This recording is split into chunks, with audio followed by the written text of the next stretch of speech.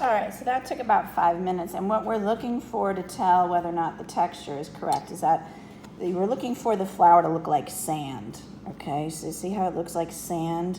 I've cut all the butter into tiny little pieces, and there's no hunks of butter left, and there's no clumps of flour and butter. So that's what we're looking for.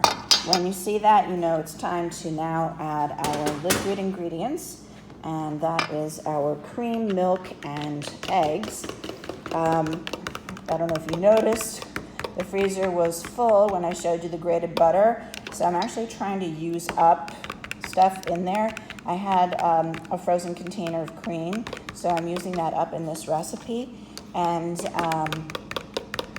but if you don't have cream, or if you want a low-fat version of this recipe, you can just use 1.5 cups of milk as opposed to the 1/2 cup of cream, heavy cream, and 1 cup of milk. So again, you can substitute all milk instead of that 1/2 cup of heavy cream. I wanted to use it up, but also it does give it a very rich flavor. So these scones are going to be very good. But that's not for everybody. Some people don't want that extra fat in their diet or the extra richness. And so now I've poured in all of that, and I'm going to start giving this a stir. Now, we don't want to over mix it. So what I got to do now, before I even finish stirring all that in, is add in our dates, okay? Because we don't want to have to keep stirring after the whole entire recipe has come together. Now, those were rehydrated, and I chopped them so they were all evenly smaller. And now I'm going to add that as well. So hopefully this is all going to come together and look beautiful. It would be good if I had another hand, but we'll get it. And now, if it comes too wet, though, I will just add a bit more flour to even it out.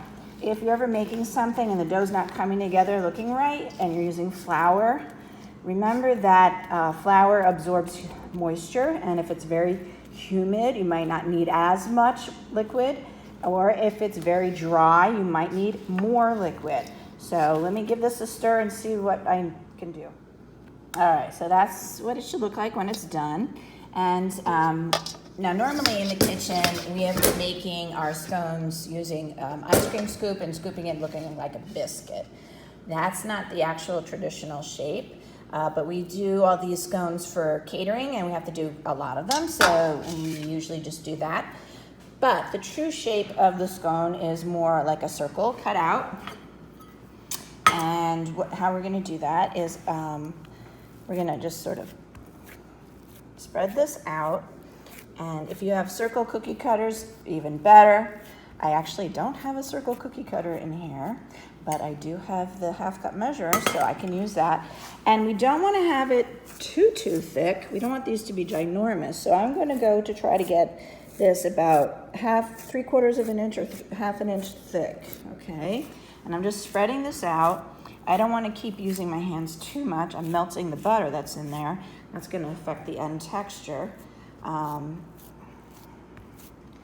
So all I need to do is sort of spread this out, press down,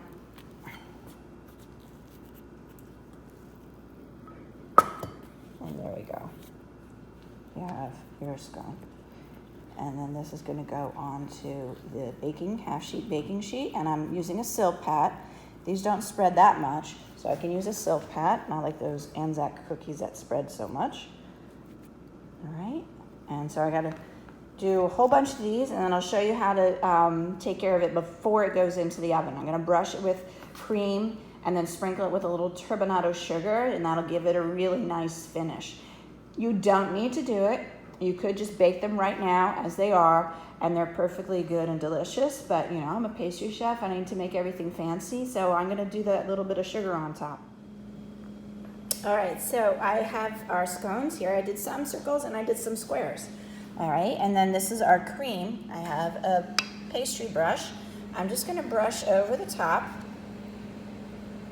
And then this is our turbinado sugar in the raw. And you just sprinkle a little tiny bit on top.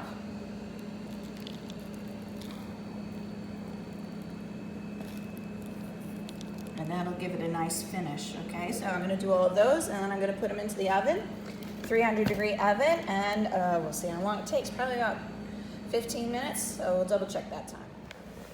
All right, here we go. We're looking for golden brown on the bottom, yay! All right, so that's ready to come out of the oven, and let me get the pot holder. Okay, these are nice and done, and we'll let them cool, and then it's good to serve it with a little slathering of butter on. You can cut it in half and then put some butter on it, maybe even some marmalade, like our orange marmalade we made last year. That was pretty good. So this is our beautiful orange zest date scone.